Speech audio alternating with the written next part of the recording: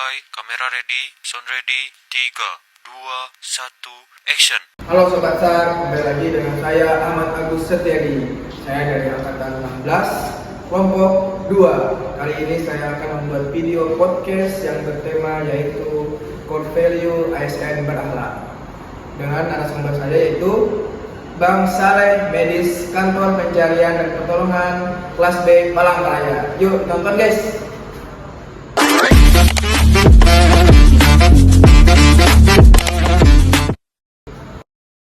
Halo Sobat SAR, kembali lagi dengan saya Ahmad Agus Setiadi sebagai host.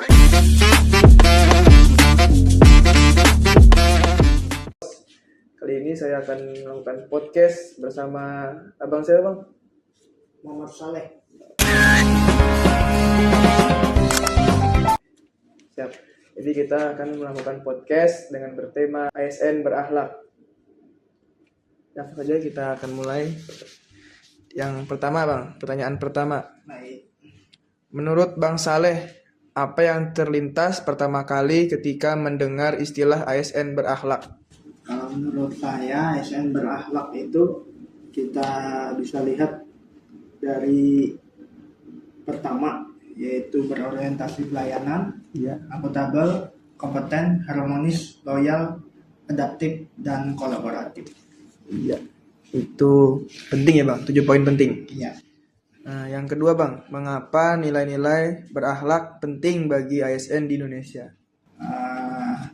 Kalau menurut saya nilai-nilai berakhlak itu penting bagi ASN di Indonesia, yaitu yang pertama yaitu untuk membangun integritas dan kepercayaan publik. Iya. Yang kedua untuk meningkatkan kualitas pelayanan publik.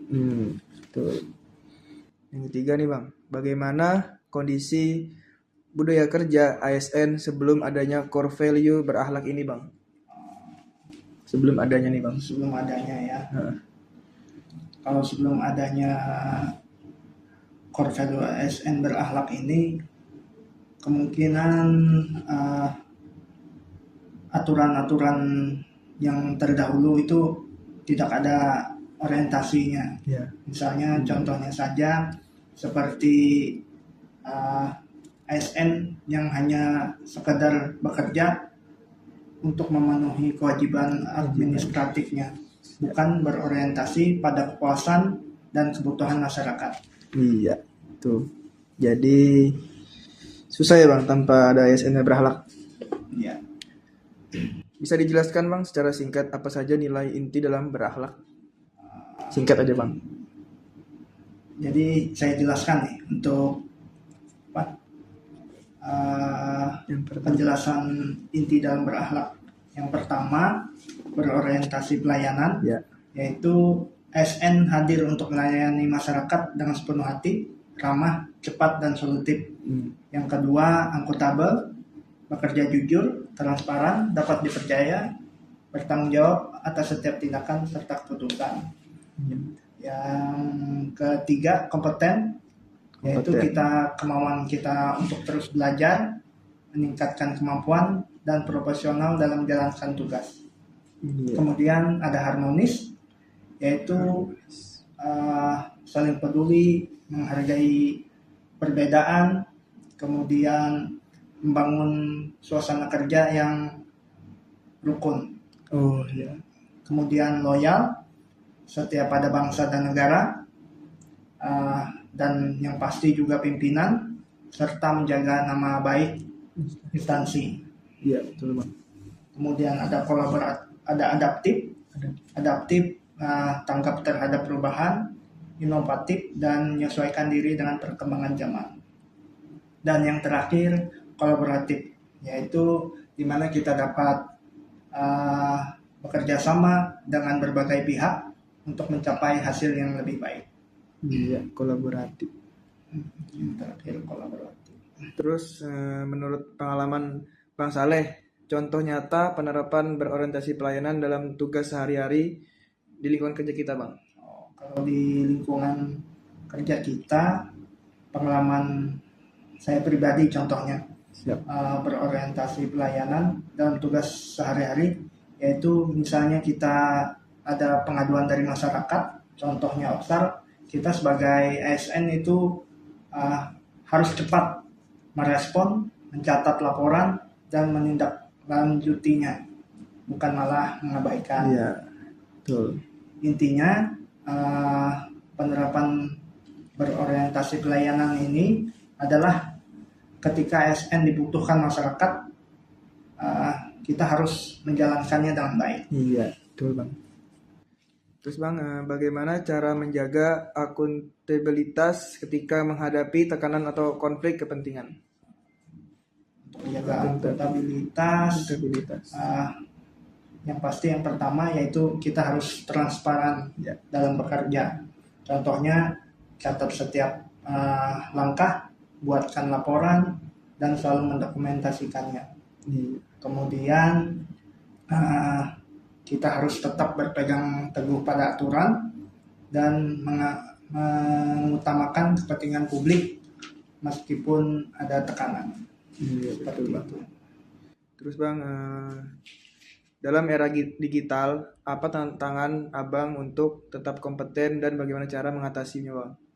Yang pasti tantangan saya sendiri supaya dapat kompeten itu sangat banyak ya. Yang pasti kita harus bisa mengikuti perubahan teknologi. Jadi kita setiap terdapat teknologi yang baru, kita harus tetap banyak belajar. Siap. Terus Bang, bagaimana membangun suasana kerja yang harmonis di lingkungan kerja Bang?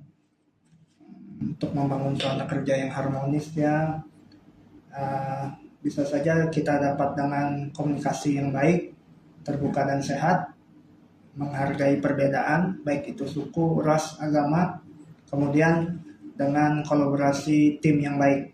Iya, betul Bang. Terus, apa arti loyalitas yang sehat menurut Abang agar tidak salah dipahami sebagai asal patuh? Kalau Arti loyalitas, yang pasti kita sebagai bangsa warga negara Indonesia itu yang pasti kita harus setia pada Pancasila, Undang-Undang Dasar 1945, dan juga Negara Kesatuan Republik Indonesia. Jadi bukan hanya setia pada individu pimpinan, tapi kita harus mengedepankan loyalitas itu yang pasti untuk negara kita sendiri. Betul. Itu bisa nggak Bang diceritakan contoh situasi di mana Abang harus bersikap adaptif menghadapi perubahan kebijakan mendadak? Perubahan mendadak ya. Menghadapi perubahan Situasi di mana saya bisa menghadapi perubahan kebijakan yang mendadak ya. Yang pasti kalau ada kebijakan yang mendadak itu kita harus belajar cepat. Misalnya saja kita mengikuti pelatihan, bertanya kata rekan kerja yang lebih paham, kemudian yang pasti kita harus menguasai juga maksudnya teknologi baru seperti yang sebelumnya saya sampaikan. Iya, dulu. Siap. Itu Bang, bagaimana cara mendorong budaya kolaboratif antar instansi agar pelayanan publik lebih maksimal Bang? Untuk mendorong budaya kolaboratifnya, berarti kan kita lebih banyak kolaborasi nih antar instansi. Betul, Bang. Yang pasti kita harus melakukan kolaborasi yang kuat, baik itu instansi, apalagi kita di Basarnas kan ada kolaborasi bersama TNI, Polri, BPBD, pemadam kebakaran. Itu kita harus saling bahu-membahu, maksudnya untuk mencapai tujuan bersama,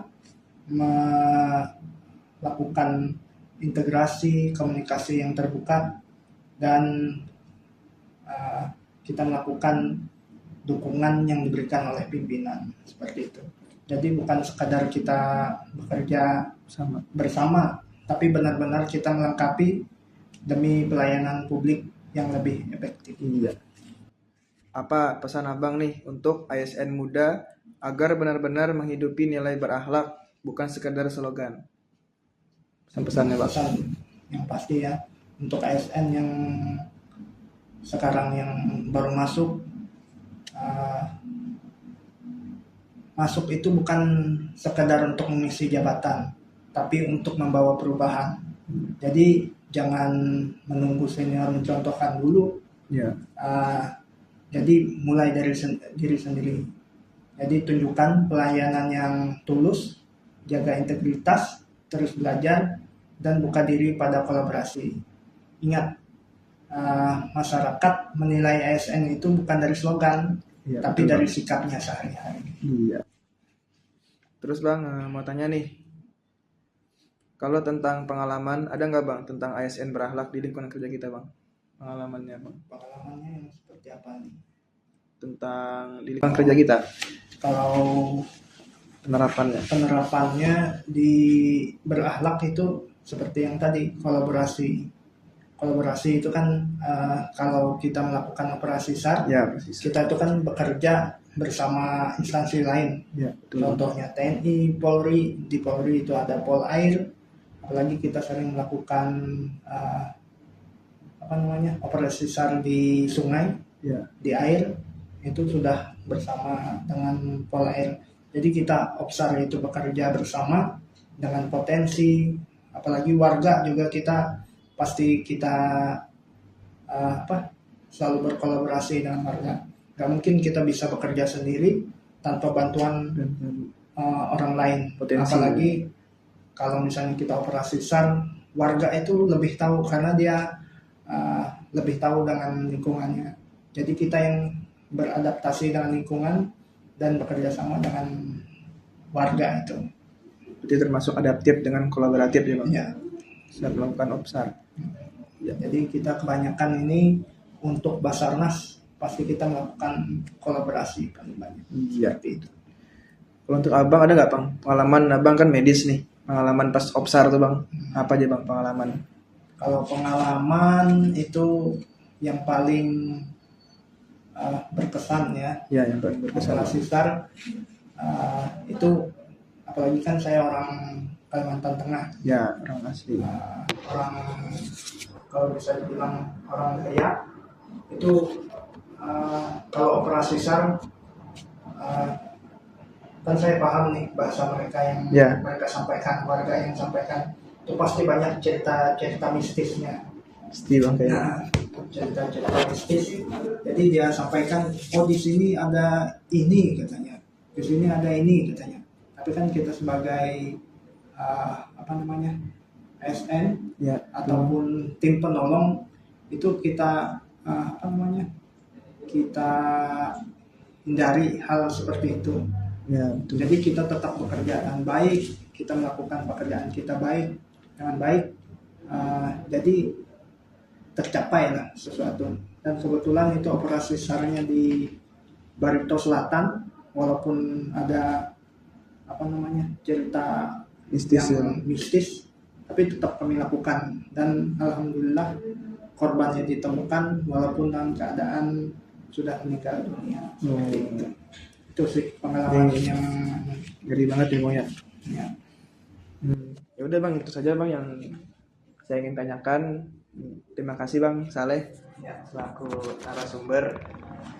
Terima kasih teman-teman yang sudah menonton. Jangan lupa like. Afiknam Jagat Samagram. Oke, kasih ya Bang.